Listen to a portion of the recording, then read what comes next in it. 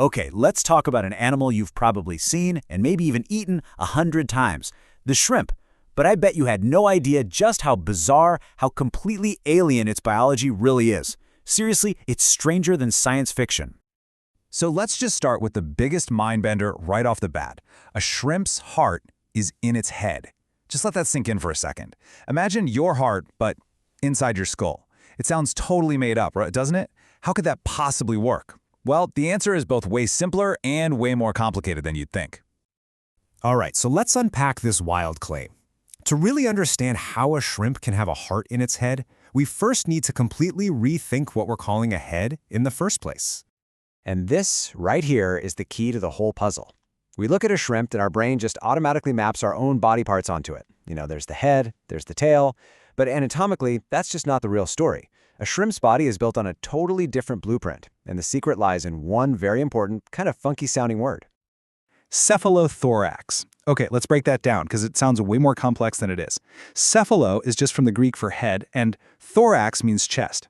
In shrimp, and a lot of their crustacean cousins, these two parts are actually fused together into one solid piece, all protected by a single shell.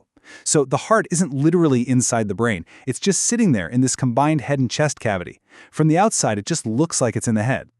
So we figured out where the heart is, but what it pumps and how it pumps it, well, this is where things get even more out there. This is not your typical circulatory system, not even close. Think about it. In our bodies, blood is always contained. It's on a closed track, a super-organized highway of arteries and veins. It's a high-pressure system. Shrimp, on the other hand, basically took that rulebook and tossed it out. They have what's called an open circulatory system. And the stuff they're pumping isn't technically even blood. It's a fluid called hemolymph. And instead of being carefully delivered through tiny little capillaries, the hemolymph just gets dumped out. It circulates by directly washing over all the internal organs. It's less like a highway and more like a lazy river. And this chart just lays it out perfectly. Our closed system is high pressure, super efficient, and exactly what you need for a large body with a fast metabolism. The shrimp's open system, it's low pressure, much simpler, and works perfectly for its small size. One isn't better than the other, they're just two totally different but equally brilliant evolutionary solutions. So if the hemolymph isn't in a network of pipes, where is it? It's sloshing around in the hemocole. The absolute best way to picture this is to forget plumbing entirely.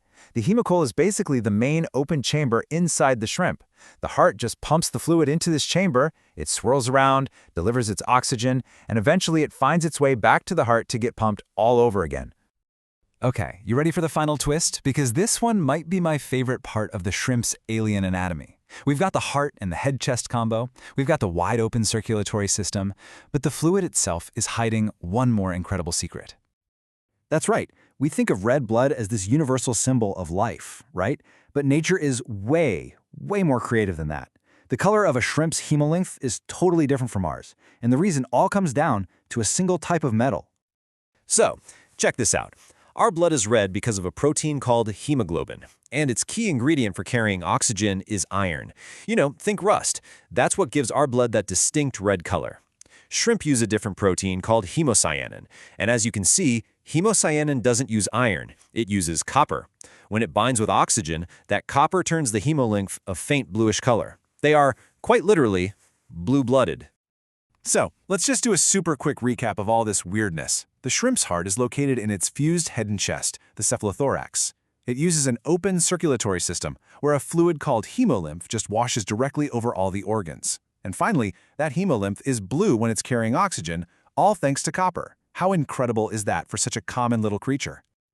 And that really brings us to the final thought here.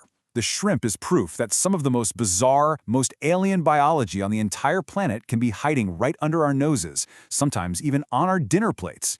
It just makes you wonder, what other everyday animals are hiding secrets that are just as wild?